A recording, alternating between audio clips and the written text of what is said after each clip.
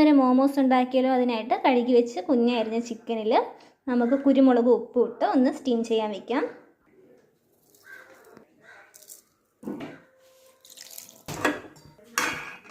ഉള്ളി ഇനി കുഞ്ഞായിട്ട് അരിഞ്ഞെടുക്കാം.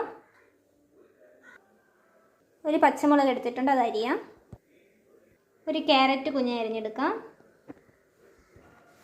ഇനി നമുക്കൊരു ചട്ടി ചൂടാക്കാം. അതിൽ കുറച്ച് എണ്ണ ഒഴിക്കുക. ഉള്ളി മാത്രം ഇട്ട് കൊടുക്കുക. ചെറുതായിട്ടൊന്ന് വാട്ടിയെടുക്കാം. ഒരു 2 മിനിറ്റ് മാത്രം മതി. അതിനുശേഷം നമുക്ക് ബാക്കി ചേരുവകൾ ഇട്ട് കൊടുക്കേണ്ടതായിട്ടുണ്ട്. ഇഞ്ചി വെളുത്തുള്ളി ഇട്ട് കൊടുക്കുക. ക്യാരറ്റും ഗ്രീൻ ചില്ലി ഇട്ട് കൊടുക്കുക.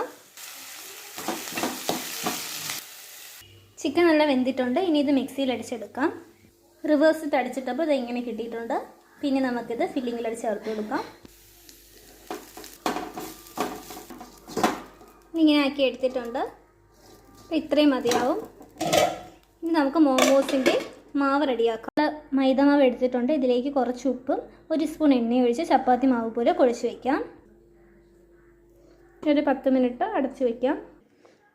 ഞാനിവിടെ മാവ് പരത്തിയിട്ടുണ്ട്. ഇനി നമ്മൾ എന്തെങ്കിലും ഇങ്ങനത്തെ ഒരു അടപ്പ് കൊണ്ട് കുഞ്ഞു കുഞ്ഞായിട്ട് കട്ട് ചെയ്തെടുക്കാം. എന്നിട്ട് ബാക്കി വരുന്ന മാവ് പിന്നെ ഒന്നും കൂടി കുഴച്ചിട്ട് ഒന്നും കൂടി ഇതുപോലെ കട്ട് ചെയ്തെടുക്കാം. എല്ലാം പരത്തിയിട്ടുണ്ട്. അപ്പോൾ ഞാനിതിനിങ്ങനെ ഫില്ലിങ് വെച്ച് എന്നിട്ട് ഇത് പകുതിയായിട്ട് മടക്കുക. അതിനുശേഷം ഫോർക്ക് കൊണ്ട് ഇങ്ങനെയൊന്ന് ആക്കി കൊടുക്കുക. എല്ലായിടത്തും